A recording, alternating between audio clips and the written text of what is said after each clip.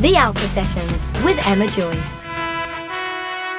Molly and the Moon. Where did the name come from? I love that so much.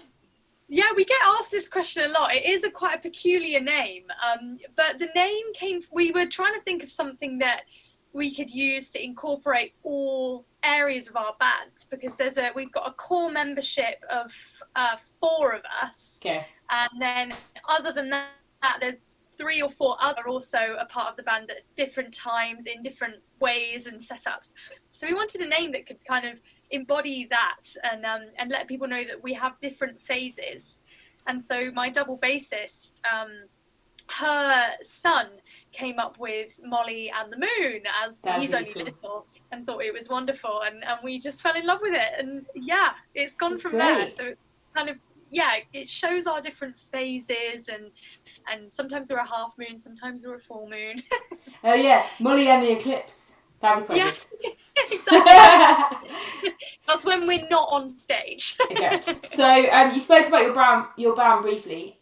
Who's in your band and what do they play? So there is, in our core membership, there's me, and I play guitar, harmonica, and I sing lead vocals. All and at the same time? Andy Guy. Yes. Amazing. We have Andy Guy, who is an extraordinary musician. I mean, I couldn't name every instrument that he plays, but for us, he plays double bass sometimes, electric guitar, he sings, and he's also our producer. So it's his studio that we use to record everything. It's called the Doghouse. That's where we go every week to record and rehearse. And Andy has had quite a long history of sound engineering. He's worked in all sorts of studios and is now just kind of doing it for fun. So we're really, really lucky to have bagged him. But he's been a right-hand man for a couple of years. That's really cool. And then on the other side, on the left, we have Beth Hill, who's a newer member, but she's also an amazing find. I don't know how I find these people, but Beth plays double bass, clawhammer banjo, and has the ability to just sing bluegrass harmonies over anything. She's awesome. Extraordinary. I've never heard anything like it. So she's on the other side of me. And then we have my dad, who usually plays the percussion sort of section for us when we're playing acoustically, when we're doing bluegrass and folk stuff. But other than him, we have got a kit drummer, and his name is Jason Titley. He's pretty decorated bluegrass guitarist, but he plays drums for us. And then we also have Jules Miller, who plays the fiddle, and she also sings and is just a very beautiful soul. And I would love her to be on stage more with us, but she has very young children, so she comes when she can. That is the full moon for now. What's amazing, and I'm going to say this because some people might use this as a podcast rather than watch it, is when you're telling us that, you can almost see in your face that you're like visualising them on stage as you talk about them, and every now and again you're like, to the left of me, to the right of me. Which is amazing, I think. There's so many of us, I'm like, you know, they have set places. Yeah, definitely. I need to remember where they are. Line them all up. Yeah, absolutely. So you've released 2 tracks this year. First one is Cold as the Night. What's that about? So that's the only song that I've ever really written successfully about love. Love is a theme in a few of my songs, but it sort of embodies itself in a different way. I don't really like to write about love and relationships just because everyone does, and I think it's kind of boring. Don't tell my boyfriend. But he went away to university when the end of last September, and so we went from living together to both living back at home with our parents, and so I just wrote a song about missing him, and I think it was released at quite a good time when we were just starting to go into lockdown, and a lot of people were not able to see their loved ones, not just their partners, but families, friends, people that they love. And so it's a song about missing someone. Oh, is he still away? Have you still not seen him, or have you guys managed to reunite? No, we've managed to see each other. We see each other quite a bit, so I'm just a wuss. But we live in London. It's not too far from me, so we still get to see each other, which is really nice.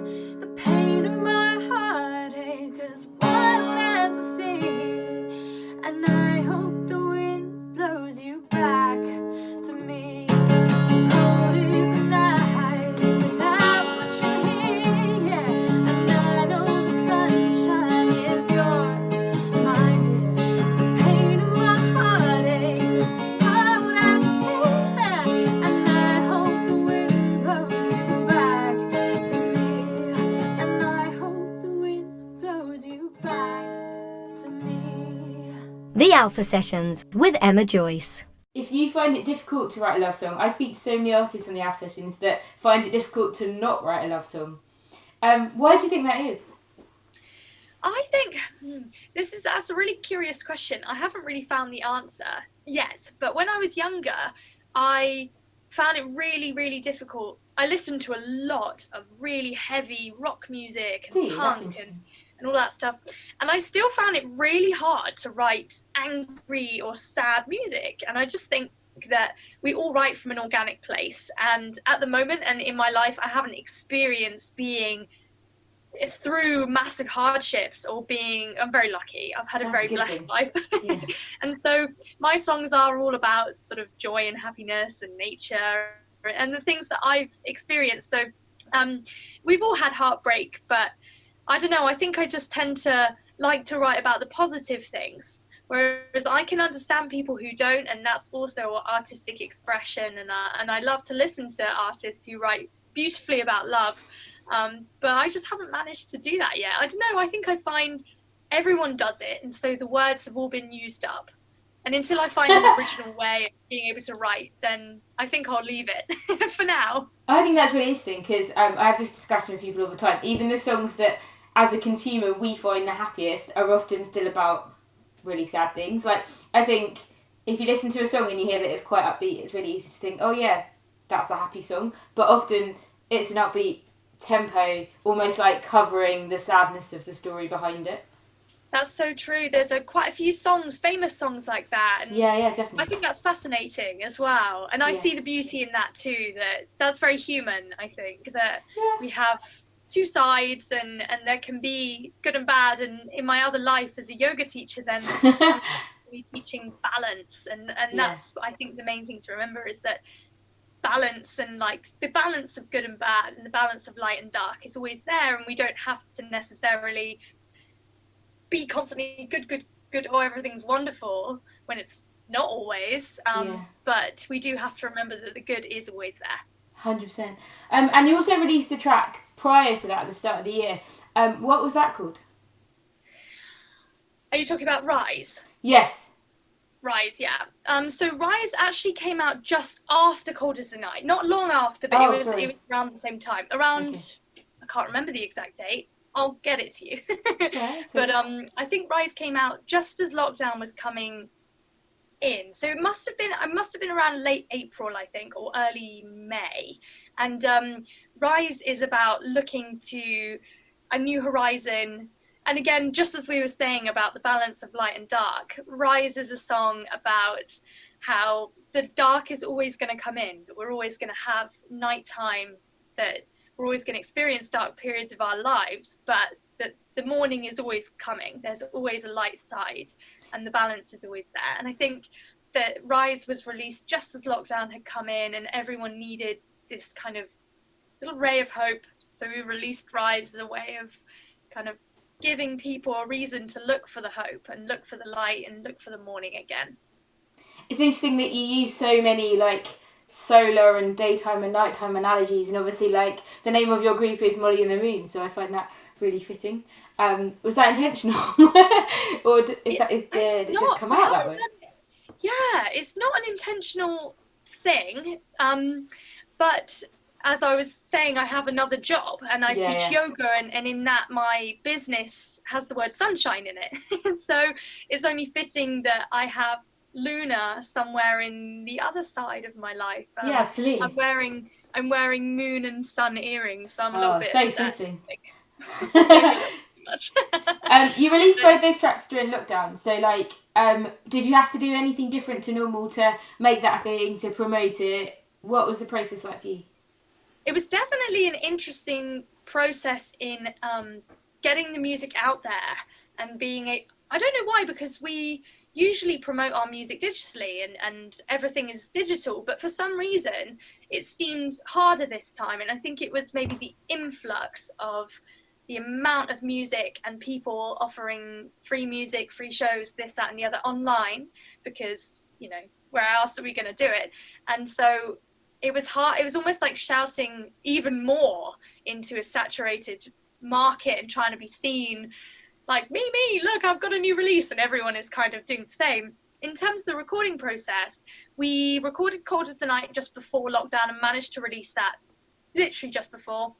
With Rise, we had to put the finishing touches on during lockdown, so that was interesting to have to do that, because me and my band, we all had coronavirus in early March, which is just kind of when lockdown was starting to be imposed, and so we couldn't get together. We think we caught it off each other actually, but we couldn't get together to record anything, and so we had all of the main tracks recorded. It's just Andy needed to get into the studio and mix and master and do his magic. But he was very poorly for a while, so that took a little longer than we were hoping, but luckily we're all totally fine and out the other side, and have released some awesome music. Yeah, how did you know it was that at the time, or didn't you? So we weren't able to be tested, so we're still, it could have been anything, but there's a certain way that it makes you feel, and I'm 99.9%. I passed it on to my family, sadly, and they got it as well. So are they all right? Extremely catchy. Yeah, everyone's fine, luckily. But it feels a little different to anything I've ever had in my life. And we had all of the symptoms that come along with specifically coronavirus. So we were thinking we probably passed it around in the studio, sadly. So musicians, if you're listening, clean your studios thoroughly.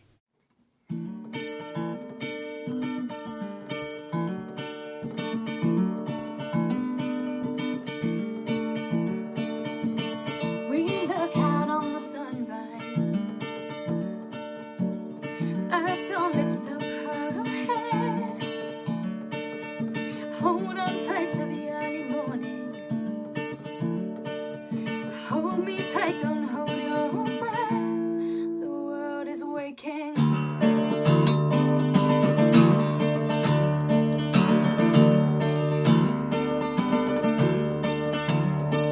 The time has come to chase the blue skies. She leaves her darkness with their dawn. Love will lift you into daylight. Hold me till the night has gone. The world is shaking.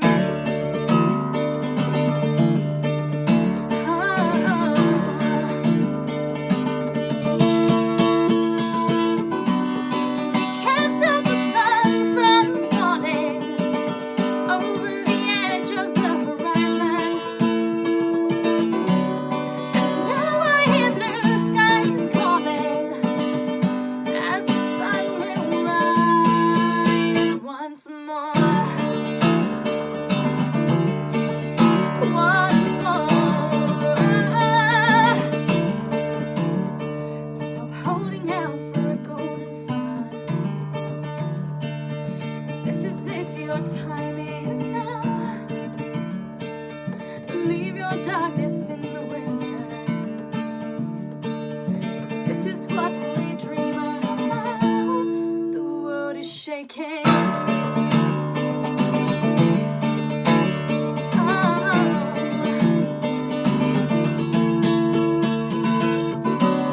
We can't stop the sun from falling over the edge of the horizon.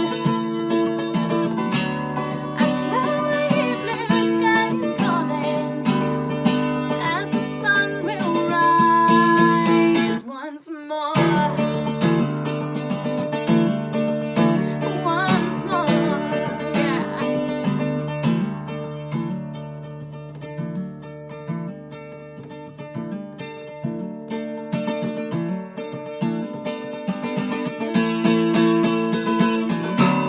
We can't stop the sun from falling over the edge of the horizon. And now I hear blue skies calling, as the sun will rise once more. Once more.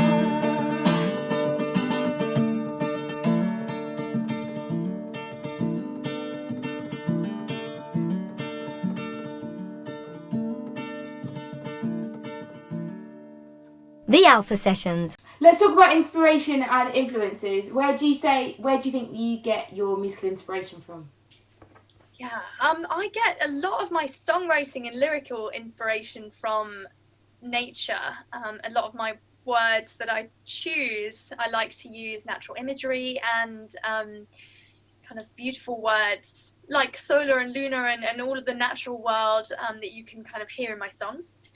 The influences that I have in terms of other musicians are so broad.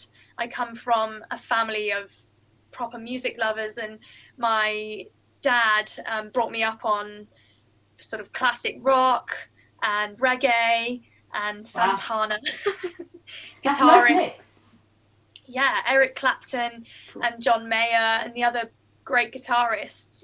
My first gig was Cooler Shaker, who yeah, they're cool. They're a very cool band. Yeah. And that was an interesting first show when I was 11. But so my influences are incredibly mixed, and I'm finding myself drifting between genres a little bit, and I love that. I never want to be pinned into a genre, and I think that can be really stifling for a creative person to be pushed into a genre and told to, you know, stay there. And so I like to move between genres and blend, and I'm finding myself drawn to world music at the moment, and reggae and kind of beats like that. So we might have some interesting new music coming out soon. That's cool. Is that the sort of thing that's been keeping you going during lockdown musically then, or? Yeah, I've been doing a lot of writing. I listened to a wonderful podcast with, I think it might have been Ed Sheeran on it, who everyone has their opinions about Ed Sheeran, but I think he's an absolutely phenomenal songwriter, one of the best in the world at what he does. And he was saying that you just need to turn on the tap and write a bit every day and get the dirty water out, and then the water will flow clean. So I've started writing a little bit every day, not too much, just a bit. And I've found that my songs have definitely changed tone a lot, and they're exploring lots of different genres. So I'm interested to see what comes out of the other side, and if there's going to be any new releases later on this year. Yeah, definitely. Hopefully there will be some new releases later on in the year. So do you think that lockdown has kind of helped those creative juices because you've had time to think about it and listen to podcasts like you say, or has it been a bit of a hindrance? I think it's definitely been a massive help, because we've all been forced inside with nothing really to do except the internet. There's only so much Netflix you can watch, or Grand Designs, or whatever or whatever it is you watch. So the only thing left is our instruments as a musician, and if you haven't already, then pick it up every single day. Just hold it in your hand if you need to. And yeah, it's definitely helped me in terms of having that stimulus and no distractions, which is something that, yeah, my mind is quite distractible. So and so that's been useful. What about social media? Like, obviously promoting the tracks, as you were saying before, you've had to do it in a slightly different way. How have you found social media? Because I guess we touched on it briefly earlier in terms of so many people being on it, so many people promoting themselves, like the market being saturated. How have you found it? It's been interesting to sort of be able to be heard or be seen without spending a lot of money on promotion. Facebook and Instagram algorithms work in the way that you need to spend a fair amount of money in order to reach your whole audience. And as a band that's not gigging, we're like, well, we'll just kind of put out what we can, and hopefully some of our audience will see it. And our fans have been amazing. We've had lots and lots of people engaging with our live shows. We've been doing a few live streams and lots of people watching, which has been amazing and so beautiful to see our fan base coming together and talking. Because I think at a show, you go to see the band, you don't necessarily go to chat to the other people that might be there. And I think this online culture has really helped the community behind some of these genres, country, folk, Americana, reggae, to blossom. And I see the comments section when I'm playing, and I can see people talking to each other and introducing themselves. And I think that's so wonderful. And just to kind of grow a community around your music is so rewarding.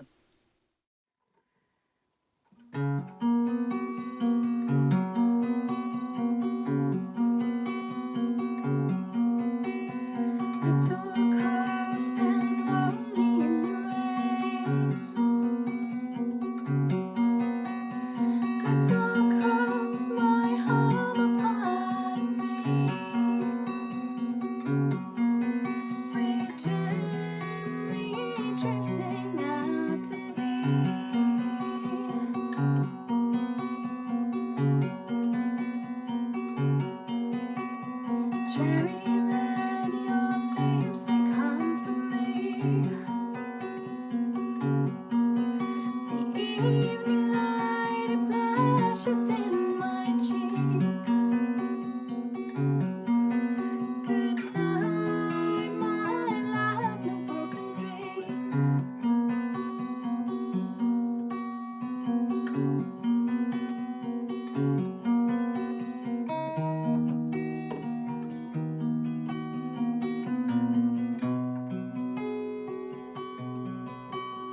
And I'll be yours under the Cornish sun till morning comes. This little patch of sand we're standing on, the night she comes to ease my aching bones. Little coal, your walls are standing strong.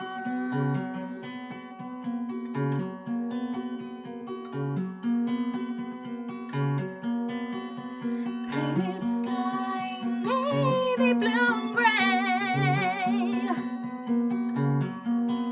and I can feel her teardrops on my face, and still we gently drift away.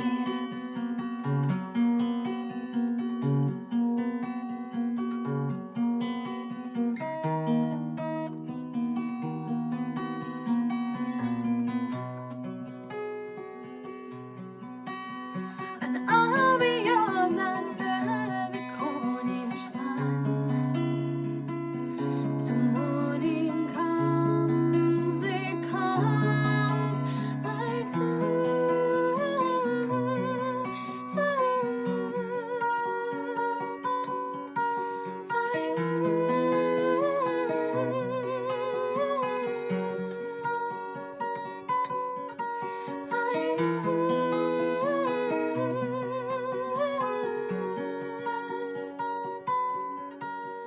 and I'll be yours under the Cornish sun.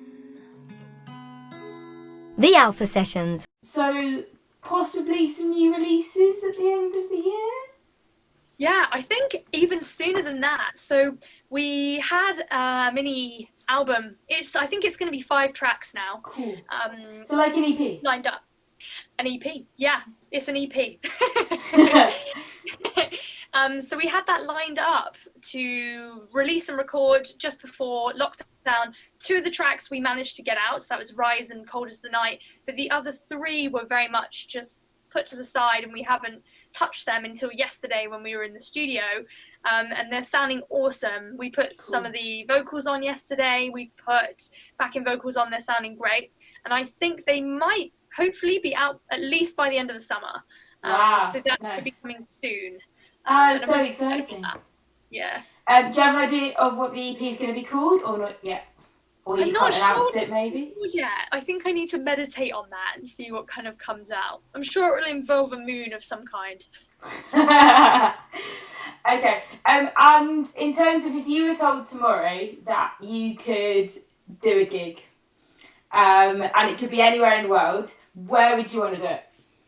Oh, anywhere in the world. I have my heart kind of set in Bali at the moment. I was supposed to go to Bali in August and sadly not going. So I'd love to go to Bali and play just like a super chilled gig on the Nice. beach, palm trees with my dad playing the congas in the back. That'd be chill. But That's cool. any venue, I think I'd probably choose the one of the Camden venues. I love them all. Nice. But I'm playing at Green Note in November, and that's kind of been a dream of Oh, mine for a lovely. while. Yeah, have so you ever maybe- played there before? I haven't. I've really it's wanted great to venue. do it for ages, and yeah, Yeah. finally going. Yay! And if you could bring anyone on stage with you for a collaboration, and they could be dead or alive, who would it be? Oh, It's a big I love question. this question. Yeah, it's a good question. There's three answers for me. One would be Bob Dylan, just because he's sick and so cool, and he would make me sound great. Two would be John Mayer, because he Ooh. would make me sound so great. Okay. Yeah. And I think 3, maybe Joni Mitchell, just because she's so lovely and I think she's such a beautiful soul. So we're going to have a supergroup with Bob Dylan, Joni Mitchell and John Mayer and obviously Molly and the Moon. That's quite a lot of people on stage. That's a lot of people. We'll need a big stage. Glastonbury, the pyramid stage. Yeah, that'd be great. Absolutely. And Dream Rider. So you're doing this supergroup gig with Joni Mitchell, John Mayer and Bob Dylan, and you can have any rider you want. What would be on that rider? Oh, I'm in love with anything coconut at the moment. So Ooh, coconut, okay. like a fountain of coconut water. And, and maybe I'm vegan, so a vegan chocolate fountain. There'll be people Nice. listening. They'll be like, ooh, why not real chocolate? Let's say dark chocolate. Dark chocolate's amazing. Okay. And it's so much healthier for you as well, actually. So good for you. And a mountain of raspberries because I love them. Ooh, okay. Raspberries, anything coconut, and dark chocolate. It's all reckon food. that. It's all food. Fine. That's just something for me. So, if people like what they heard today and they want to find out more about you, where can they go? What can they do? So we're under Molly and the Moon, at Molly and the Moon on nearly everything. Cool. I think Twitter is Molly_the Moon, but go Okay. follow us. We're on YouTube, we're on all of the streaming platforms, Facebook, Instagram, etc., etc. Cool. Well, thank you so much for, I always want to say coming on the show, coming on Zoom, and spending the time with us. And hopefully we'll be able to get you into the studio before long and have a nice little intimate session. Yeah, that would be amazing. Thank you so much for having me. Thank you so much.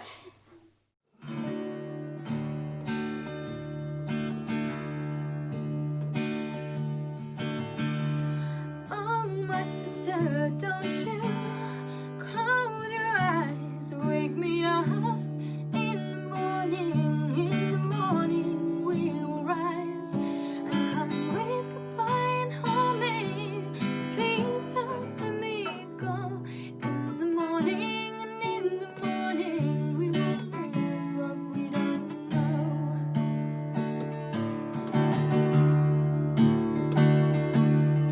And oh, my brother, don't you fall asleep, 'cause our home is burning fire and we can feel the heat. And some days I feel anxious, I can't make it on my own. In the morning and in the morning, please don't let me go. And let me go. Yeah, please don't let me go. In the morning, please don't let me go.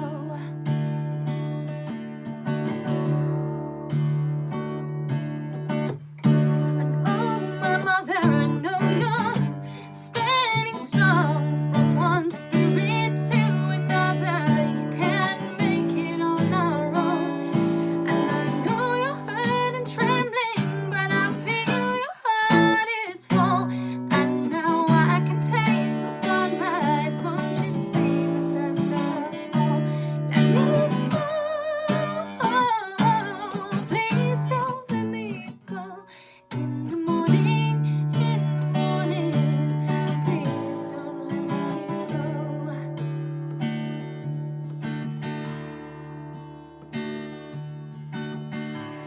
Oh, my Father, won't you hear me call? For my hands are pressed together and you've made your presence known.